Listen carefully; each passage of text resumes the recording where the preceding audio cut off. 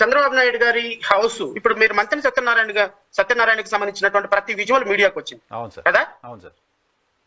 నిన్న వాళ్ళని తరలించడం, చంద్రబాబు నాయుడు గెస్ట్ హౌస్ ఒక్క మీడియా వచ్చిందేమో చూడండి, ఒక ఫోటో బయటకి ఎందుకు రాలేదు చెప్పండి. అలో చేయట్లేదు అక్కడికి. వై? ఎందుకు అలో చేయటం తెలియట్లేదు, అలో చేయట్లేదు. ఫోటోలు తీసుకోవడానికి ఎందుకు అలో చేయటం లేదు సార్? అలో చేయటం లేదు అంటే కొన్ని వందల ఇసుక కట్టలు మూటలు వేసి, వందల ఇసుక లోడ్లు వేసి, లారీల లోడ్లు వేసి ఆ వాటర్ ని రాకుండా ప్రివెంట్ చేస్తున్నారు. They are preventing water flow. Okay. ఈ ప్రివెంటింగ్ వాటర్ ఫ్లో వల్ల ఏమవుతుంది అంటే ప్రెజర్ పెరుగుతుంది అంటున్నాను.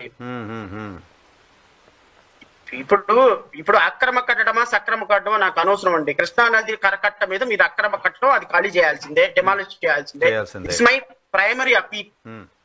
దీంట్లో సెకండ్ థాట్ లేదు. వరద వచ్చిందా, బురద వచ్చిందా, గాడిద గుడ్డ వచ్చిందా, నాకెందుకు ఇవన్నీ. అక్రమ కట్టడం అది చట్ట ప్రకారం నేరం.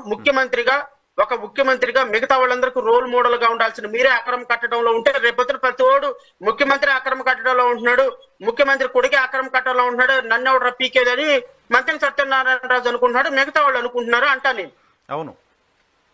మీరు గౌరవంగా ముఖ్యమంత్రి హోదాలో నుంచి వాటిని వెకేట్ చేసి వెళ్ళిపోయి డెమాలిష్ చేస్తారా? చేయించండి. లేదంటే చట్టం ప్రకారం ఖచ్చితంగా నేనైతే నేషనల్ గ్రీన్ ట్రిబ్యునల్ కి విత్ ఇన్ 1 వీక్ లోనో 4-5 డేస్ లోను నేను I'm going to approach national green tribunal. ఇవి డెమాలిష్ చేయండి.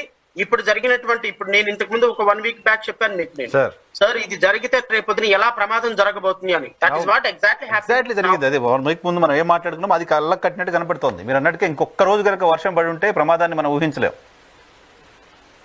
ఇప్పటికి మంత్రి సత్యనారాయణ రాజు ప్రకృతి ఆశ్రమం 2 ఫ్లోర్లు మునిగిపోయింది. స్టిల్ ఇంకా 2 ఫ్లోర్లు మునిగిపోయింది. 2 ఫ్లోర్లు మునిగిపోయింది. ఇంకొక రోజు వర్షం పడితే 5 ఫ్లోర్స్ మునిగిపోయాయి. Oh my god. ఓకే.